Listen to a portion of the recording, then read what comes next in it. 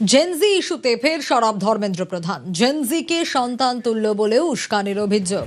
NEET প্রশ্ন ফাঁসের বিরোধিতায় আন্দোলনে উস্কানি বলে দাবি। নিজেদের আখের গোছাতে সুযোগ সন্ধানীদের ইন্ধন বলে তোপ কেন্দ্রীয় শিক্ষা মন্ত্রিত্বে ইস্তফার পর 2 সপ্তাহ পরে বার্তা।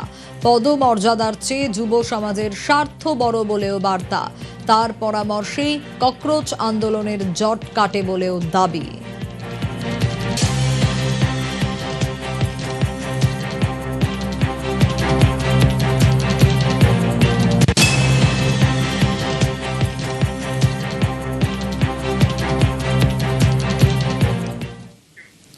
রাবণ নয়, রাম হয়ে থাকতে হবে, বিজেপি কর্মীদের বার্তা কেন্দ্রীয় মন্ত্রী সুকান্ত মজুমদারের।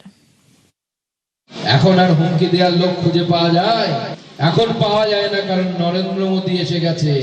ভয় আউট, ভরসাহীন। যেন আমাদেরকে সাবধান থাকতে হবে, এই শক্তি যেন আবার ফিরে না আসে। আর তার থেকেও বেশি সাবধান থাকতে হবে আমরা যেন ওদের মতো না হয়ে যায়, আমরা যেন ধমকানো চমকানো শুরু না করি। তাই আমি আপনাদের এখানে সাধারণ কর্মী, আমাদের বুথের কর্মী আছেন, তাদেরকে আমি বারবার বলছি, হাত জোড় করে